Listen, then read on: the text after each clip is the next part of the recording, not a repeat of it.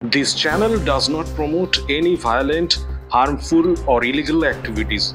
All content provided by this channel is meant for an educational purpose only.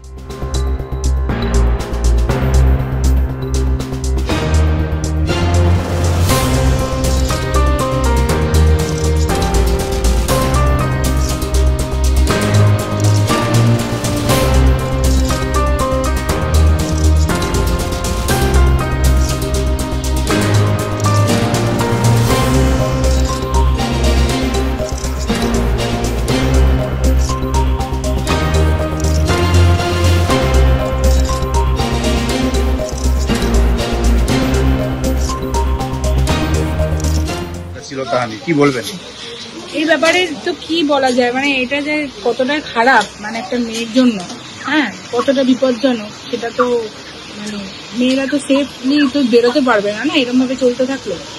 তা কাজের পারপাসে সে বেরিয়েছে, হ্যাঁ, বেরোতে হতেই পারে, কিন্তু তার জন্য তো সেফ তো দেখছি না।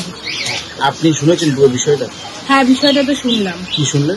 শুনলাম যে এরকম মোলেস্ট করেছে, হ্যাঁ, তো তাকে ধরা হয়েছে, ভোরবেলা এরকম ঘটনাটা ঘটেছে। তো অ্যাকচুয়ালি হিন্দমোটরে এরকম ঘটনা আগে কোনো হয়নি। হ্যাঁ, হিন্দমোটরে এটা ফার্স্ট। এটা আমি নিজেও মানে শুনে একটু অবাক হয়েছি যে হিন্দমোটরে এখানে এরকম কখনো শোনা যায়নি। তা এটা ফার্স্ট টাইম শুনে এতটাই মানে খুবই খারাপ লাগলো সেটা শুনে। কি শাস্তি চাইবেন এটা এক কথা? একদম যেটা একদম যথাযথ যেন শাস্তি হয়, তার সেটাই চাই।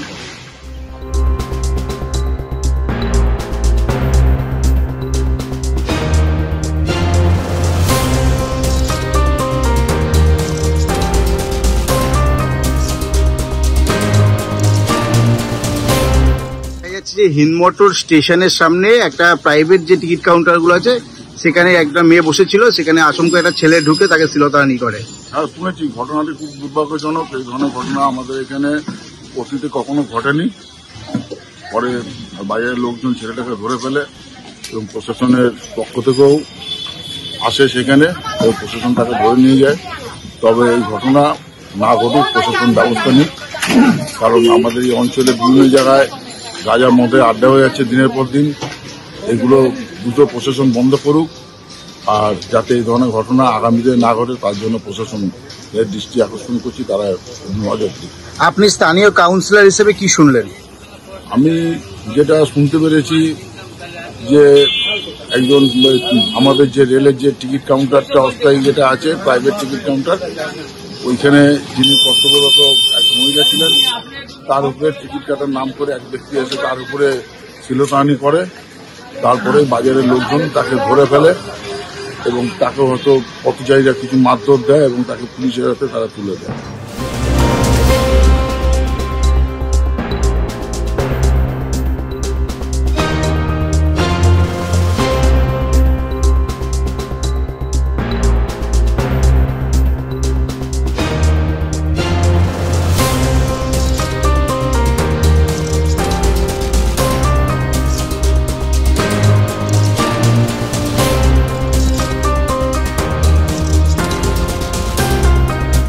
আমাদের ভিডিও ভালো লাগলে লাইক এবং শেয়ার করুন।